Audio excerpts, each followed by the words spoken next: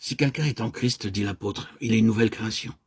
Les choses anciennes sont passées, voici toutes choses sont devenues nouvelles. 2 Corinthiens 5, 17.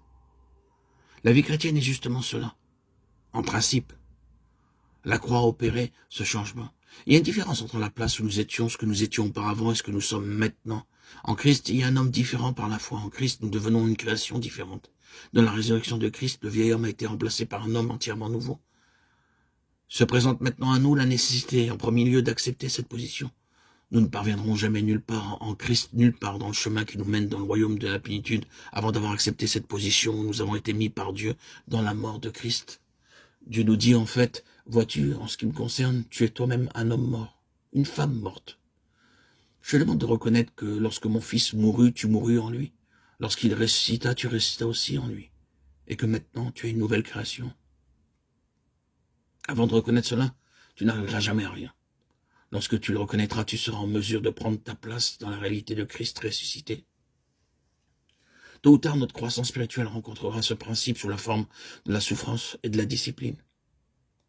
Nous le voyons, il s'agit avant tout d'une position à prendre délibérément par la foi. C'est quelque chose qui a constamment besoin d'être souligné. C'est le principe fondamental de la vie chrétienne.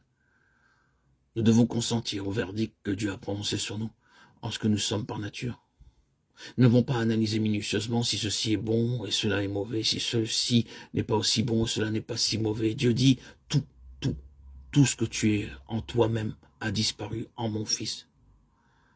Je ne fais point de distinction entre ce que tu appelles bon et ce que tu déclares mauvais.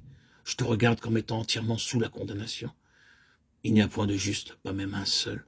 Romains 3, 10. Ce qui est bon n'habite pas en moi, c'est-à-dire dans ma chair. Romains 7, 18.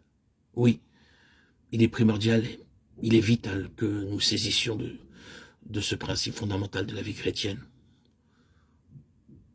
Beaucoup de chrétiens ne font aucun progrès, leur développement et leur croissance sont entravés et arrêtés, parce qu'ils n'ont pas réglé cette question primordiale. Ils essaient encore de donner une importance à cette personne, ce moi, cette propre nature que Dieu a déclaré ne jamais accepter. Ils pensent encore qu'ils pourront être quelque chose en eux-mêmes et s'efforcent de l'être. Ils n'ont jamais accepté cette position essentielle et absolue. Dieu dit, je t'ai mis dans une tombe avec mon fils. Et ce fut la fin de ce que tu es en toi-même. Tout doit maintenant être d'un autre ordre, venir d'une autre source. Tout doit venir de Christ ressuscité. Et plus rien de toi. Plus rien de ton ego, de ton être propre, de ton être charnel, de ton moi grossier.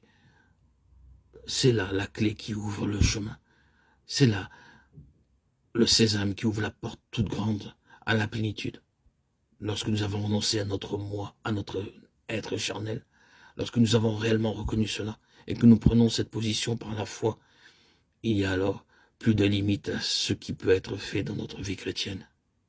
Et ensuite, une fois que cette position absolue a été prise et acceptée, reconnue et reçue par la foi, c'est alors que commence l'autre aspect, l'application du principe.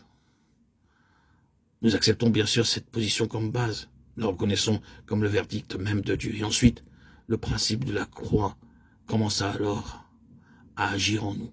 Oui, ici, les temps se retrouvent de nouveau.